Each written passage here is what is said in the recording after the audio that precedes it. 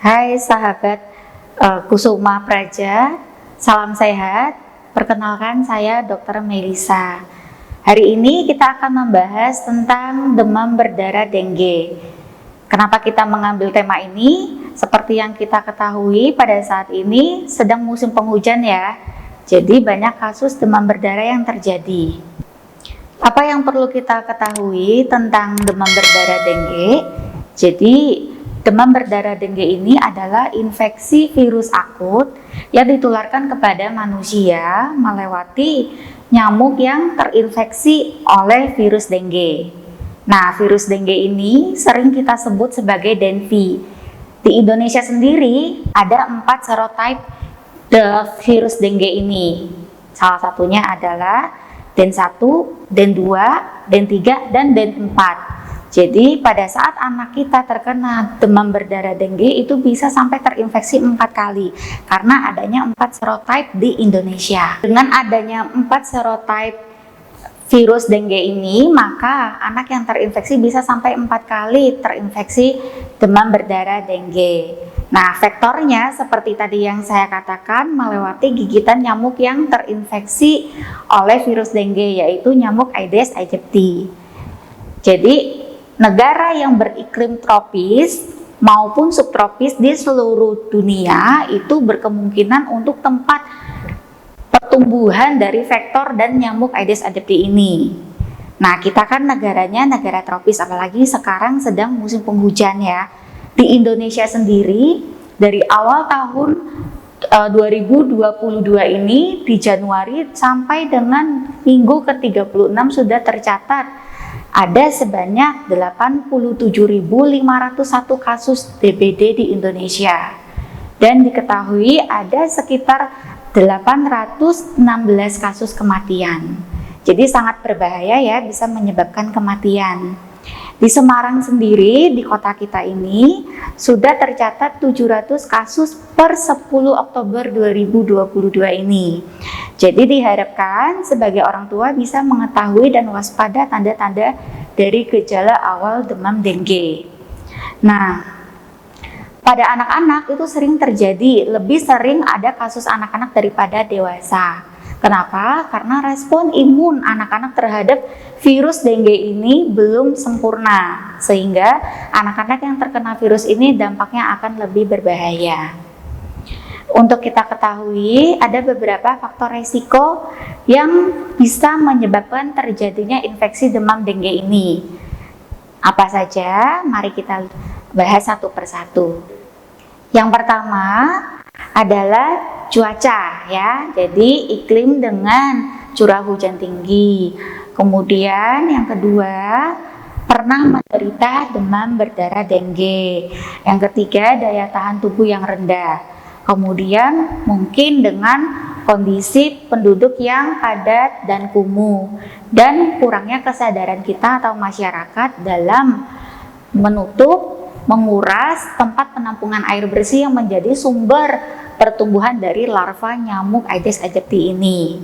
Nah, pada demam berdarah dengue ini kita kenal ada beberapa gejala klinisnya. Jadi ada 3 fase. Fase pertama fase demam, kemudian fase kedua adalah fase kritis, fase 3 fase penyembuhan atau yang sering kita sebut sebagai fase pemulihan. Pada fase demam ini biasanya sekitar 1-3 hari demam. Jadi demamnya bisa tinggi mendadak dan terus menerus jika diukur dengan temperatur suhu bisa sampai 40 derajat Celcius. Kemudian diikuti dengan nyeri kepala hebat, nyeri otot di belakang mata, kemudian bisa juga nyeri otot di seluruh tubuh, nyeri sendi, nyeri tulang, itu sering terjadi. Nah, kemudian juga kadang muka merah yang kita sering sebut sebagai flushing karena suhunya yang tinggi, suhu tubuh kita yang tinggi. Kemudian bisa juga muntah hebat, kemudian nafsu makan menurun, tampak gelisah, lemas, itu juga bisa menjadi gejala pada fase demam ini. Nah, kadang juga muncul bintik-bintik merah. Bintik-bintik merah paling sering itu diawali biasa dengan telapak tangan. Kadang bisa dijumpai ruam atau yang kita kenal dengan bintik-bintik merah di permukaan kulit. Biasanya bisa kita lihat di lengan bagian dalam, itu seperti ada gigitan nyamuk bintik-bintik merah. Nah, pada demam dengue itu berbeda dengan gigitan nyamuk biasa. Kalau gigitan nyamuk biasa, bintik merahnya kalau kita tekan, kita lihat dia menghilang. Tapi kalau demam berdarah dengue, kalau kita tekan, bintik merahnya masih kelihatan. Nah, ini jika dilakukan pemeriksaan darah pada fase demam, akan ditemukan sel darah putih yang menurun atau leukosit, tapi trombosit dan hematokrit atau kekentalan darahnya masih dalam range normal.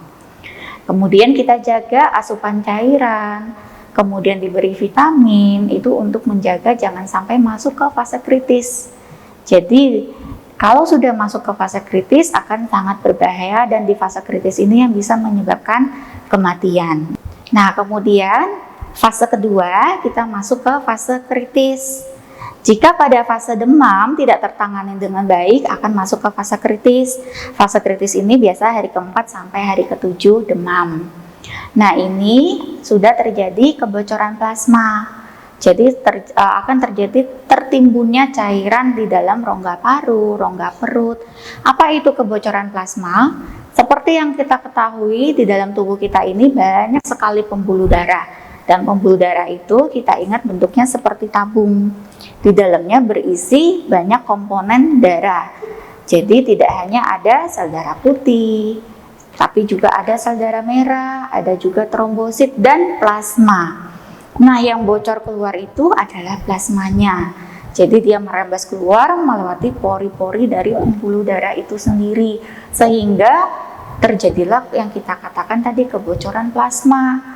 Dan juga karena dia bocor, makanya darah di dalam komponen darah di dalam pembuluh darah itu akan menjadi kental, sehingga kekentalan darahnya meningkat. Kemudian trombositnya pecah semua. Akhirnya terjadi penurunan trombosit, nilai trombosit, terjadi perdarahan di saluran cerna. Kemudian bisa tekanan darahnya menurun dan bisa disertai dengan gejala ujung-ujung tangan, ujung-ujung kaki menjadi dingin. Itu hati-hati, itu bisa menjadi tanda terjadinya shock yang sering kita sebut sebagai DSS atau Dengue Shock Syndrome. Nah, pada fase kritis ini sering terlewatkan oleh orang tua. Kenapa? Karena biasanya 3 hari panas berturut-turut, tiba-tiba anaknya kita demamnya tiba-tiba menurun. Jadi orang tua sering salah pengertian, berpikir, oh anak saya sudah sembuh, sudah tidak demam, kemudian penjagaannya jadi diperlonggar. Ternyata bukan demamnya yang turun ke arah perbaikan klinis, tapi justru sebenarnya demamnya turun, akralnya dingin, atau yang tadi saya bilang ujung-ujung tangan dan kakinya dingin, itu justru masuk ke keadaan shock, itu yang bahaya sekali. Nah, oleh karena itu kita sebagai orang tua kita perlu mengetahui tanda-tanda bahaya di fase kritis ini yang kita sering sebut sebagai warning sign. Jadi kalau misalnya kita melihat anaknya kita panasnya tiba-tiba menurun dari panas tinggi mendadak disertai dengan sudah diberi obat penurun panas tetapi tidak turun juga panasnya, itu hati-hati. Nah, kemudian panas tinggi disertai dengan muntah hebat, itu juga bahaya. Atau disertai dengan perdarahan di mana-mana. Misalnya perdarahan muntah darah, buang air besar berdarah, atau pipisnya, buang air kecilnya menjadi berkurang atau tidak buang air kecil sama sekali dalam range waktu 4-6 jam, itu sudah masuk ke dalam warning sign. Nah, jika dilakukan pemeriksaan laboratorium didapatkan leukositnya rendah, sel darah putih itu, kemudian trombositnya sudah mulai menurun dan nilai hematokritnya meningkat karena terjadi kekentalan darah. Ini fase ini sangat harus berhati-hati, jika tidak tertangani pasien akan masuk ke keadaan syok, kemudian kehilangan kesadaran dan bisa menyebabkan kematian. Tapi jika fase ini kita bisa melewatinya dengan baik, cepat dibawa ke rumah sakit, cepat ditangani di rumah sakit, dilakukan dengan perbaikan pemberian cairan sesuai dengan fase-fase yang dilewati si anak, maka akan tertangani dengan baik dan akan masuk ke dalam fase penyembuhan atau fase pemulihan. Biasanya terjadi 48 jam sampai 72 jam setelah fase kritis. Biasanya lebih dari hari ke-7 demam. Nah, ini kita bisa lihat keadaan umumnya membaik, keadaan klinisnya membaik, kesadarannya mulai pulih, denyut jantungnya mulai bagus, kemudian tekanan darahnya juga mulai membaik, nafsu makannya sudah kembali baik, dan kalau yang kemarin muncul ruam-ruam, itu kadang bisa muncul rasa gatal di permukaan kulit. Anak juga jadinya lebih ceria, sudah tidak gelisah, dan sudah bisa beraktivitas kembali. Nah, itu yang harus kita pantau satu persatu, itu yang harus kita ingat selalu, waspada dan mengetahui gejala bahayanya yang tadi kita sebutkan sebagai warning sign. Dengan mengetahui warning sign ini diharapkan orang tua bisa mengerti kapan anak kita dibawa ke rumah sakit. Yang tadi saya jelaskan ya, diingat ya. Kemudian juga dilihat kalau misalnya anak kita demam seperti itu dengan gejala warning sign tadi, kemudian ternyata di sekitarnya kita, misalnya di sekitar tempat tinggal, di tetangga, kemudian di sekolah anak atau di kantornya kita ada penderita demam berdarah dengue, itu harus kita perhatikan juga. Nah, kemudian anak kita sulit tidur, mungkin kalau tidurnya meracau dan susah bangun, itu juga menjadi salah satu tanda kita harus hati-hati dan secepatnya dibawa ke rumah sakit. Nah, pada demam berdarah dengue ini tidak ada atau belum ada pengobatan yang spesifik. Jadi, utamanya adalah perbaikan cairan sesuai dengan fase-fase yang dihadapi si anak. Ya, dan kita harus diagnosa secara dini, kemudian gejala klinisnya dikenal secara dini, baik dari orang tua di rumah maupun pada saat dibawa ke rumah sakit, penanganan yang cepat. Nah, ini kita harus mencegahnya sebelum terjadi demam berdarah dengue. Jadi seperti yang sering kita dengar, mencegah akan lebih baik daripada mengobati. Nah, pencegahannya apa? Pencegahan yang sedang kita galakkan ini adalah PSN dan 3M plus melewati atau melalui G1, R1, C. Ya, PNS itu apa? PSN itu apa? PSN adalah pemberantasan sarang nyamuk. Larva-larva nyamuknya kita berantas. Kemudian 3M plus, 3M itu apa? 3M itu terdiri dari menguras tempat penampungan air minimal 7 hari sekali, minimal ya. Nah, kemudian menutupnya supaya tidak terjadi sebagai tempat untuk perkembangbiakan nyamuk Aedes aegypti ini. Kemudian kita bisa mengubur atau memberdayakan atau mendaur ulang barang bekas yang masih bisa bernilai ekonomis. Nah, itu 3M-nya. Plusnya apa? Plusnya kita bisa menggunakan kelambu pada saat tidur, bisa menggunakan lotion nyamuk. Kalau untuk anak-anak pilihlah yang tepat, kemudian tidak mengoleskannya di daerah muka. Nah, bisa juga fogging ya, fogging itu dari masyarakat, dari RT, RW, itu boleh digalakkan untuk nyamuk dewasanya. Kemudian bisa juga kita memelihara ikan pemakan jentik-jentik nyamuk. Bisa juga kita yang suka tanaman bisa menanam tanaman untuk mengusir nyamuk. Contohnya lavender, serai wangi, akar wangi, itu sangat berguna. Ya, dan kita juga disarankan untuk bisa menjaga kebersihan rumahnya kita. Biasanya pakaian yang bertumpuk-tumpuk itu sering sebagai tempat si nyamuk ini bermukim. Ya, misalnya pakaian digantung juga dibersihkan, yang sudah bekas digunakan akan lebih baik langsung dicuci. Nah, kemudian apa itu G1, R1, J? Jadi gerakan satu rumah, satu jemantik. Itu biasanya dilakukan pada hari Jumat. Jadi dipantau di bak-bak penampungan air bersihnya kita, apakah ada jentik-jentik nyamuk. Ya, jadi itu digalakkan. Jadi kita butuh bantuan dari masyarakat juga. Jadi diri kita sendiri, masyarakat, pemerintah itu harus bekerja sama untuk mencegah penyebaran dari nyamuk Aedes aegypti ini.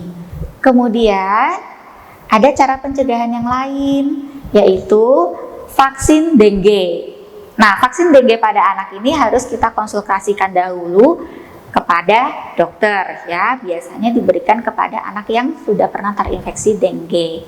Nah, kemudian ini juga ada metode baru, yaitu menggunakan nyamuk Aedes aegypti yang berwolbachia. Ini penelitiannya di Jogja dan lumayan berhasil. Jadi begitu banyak pencegahan yang bisa kita lakukan. Ayo kita bekerja sama, kita mencegah penyebarluasan atau peningkatan dari penyakit demam berdarah dengue ini. Dan orang tua diharapkan bisa mengerti warning sign pada saat anak demam tinggi. Karena demam tinggi walaupun bukan hanya disebabkan oleh demam berdarah dengue, bisa karena hal lain, tetap saja kita harus waspada. Semoga penjelasan saya ini kita belajar bersama-sama bisa berguna untuk kita semua.